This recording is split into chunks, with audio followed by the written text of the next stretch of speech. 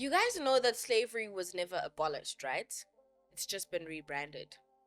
It seems that Africa can never get a break from this thing called imperialism because, newsflash, that's the world that we're living in right now. And it's called neocolonialism.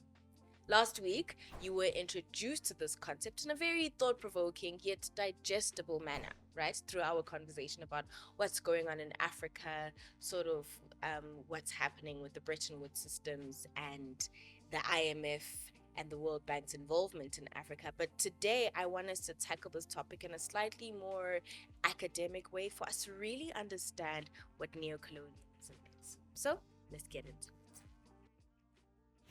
Kwame Nkrumah, who was Ghana's first prime minister and president post-independence, actually coined the term neocolonialism.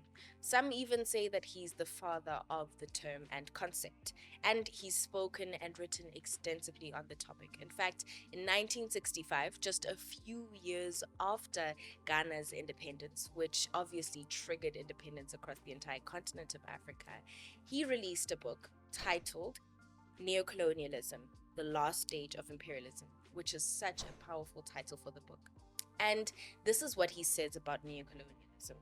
The essence of neocolonialism is that the state which is subject to it is in theory independent and has all the outward trappings of an international sovereignty, but in reality, its entire economic system and thus its political policy is directed from the outside. Now, to break exactly down what that means is that, yeah, it looks like the country is independent, but the entire economy of the country is dependent and the decisions of it are made outwardly. And that means that its whole political policy is directed by the people that are actually pulling the strings. And you can see what we were talking about last week and how it is highlighted in this.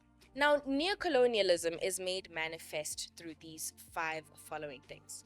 The first is economic exploitation. This involves indirect control and dominion, which is exerted by former colonial powers or other dominant nations over newly independent countries. Africa and other countries across the world are perfect examples of this, or candidates for economic exploitation. The second is resource extraction. Now, Kwame Nkrumah argues that the dominant nations manipulate the economies of neocolonized countries to benefit their own interests, resulting in economic dependency. Do you see how it rings or resonates a lot with the first point? And you can hear a lot of what we spoke about in last week's episode coming out in these definitions. Number 3 is debt dependency. 4 being political interference. This can include support for certain leaders or factions, manipulation of elections, or interference in domestic policies. Interesting, right? Because we've seen some of these things happen already. And of course, number 5 is cultural dominations. Now, Africa isn't new to this. In fact, Ali Mazrui, who is a Kenyan scholar, actually wrote about the triple heritage of Africa. This is a term he introduces in his 1986 book and documentary titled The Africans, A Triple Heritage. And this was his quest of reclaiming the narrative of the African heritage. There's 3 major strands that he highlights. First, being indigenous Africans. The second being the influence of the Arabic world coming into Africa, which is the Islamic influence on the African heritage. And of course, the third is the Western influence, which came through colonialism. Now, a history of colonial rule, which we have in Africa, promotes either oppositional communal identities, communal divisions of labor, ethnic-based stratification, animosity between indigenous and non-indigenous populations, or some combination of the 4. Now, what exactly does this mean? We can see that because of all this colonization that has happened in Africa, and what we're about to unpack right now is through the different strategies of colonization, it has divided people, indigenous people of the continent, and sort of pitted us against each other. What happens when there's tons of conflict? You can't actually grow. It seems that the Arab world and its approach to entering or having influence on African culture was not one that assimilated Africa into Arab culture, but the other way around. It seems that back then, the Arab culture is what assimilated and sort of brought itself into African culture. The next step was the divide and conquer strategy, which we can see clearly in British colonial rule. Now, the third one, this third and final wave of imperialism, as Nkrumah says, is an example that I can give to you is France, which France has brought on this assimilation into French culture in Africa. This was done through forcing the former colonies to pay for infrastructure that France built during colonization, the automatic confiscation of national reserves, which must be deposited into France's central bank, the right of first refusal by France on any raw or natural resource discovered in the country. Imagine.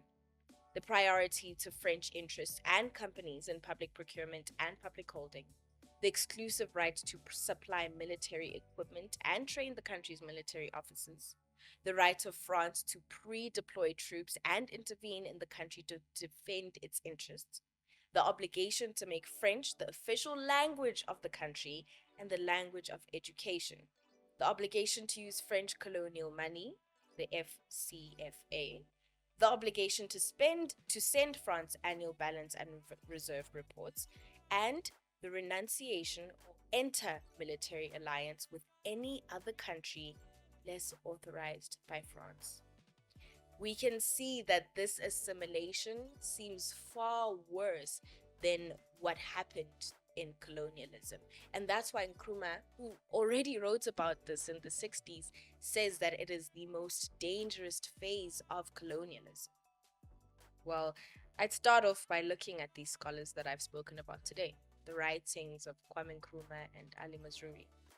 Try and understand what they've written about, and maybe you could even extract a few of solutions that they've proposed. For instance, Nkrumah talks about a concept called non-alignment. I say this because this is laying out the foundation for what we're going to talk about next week.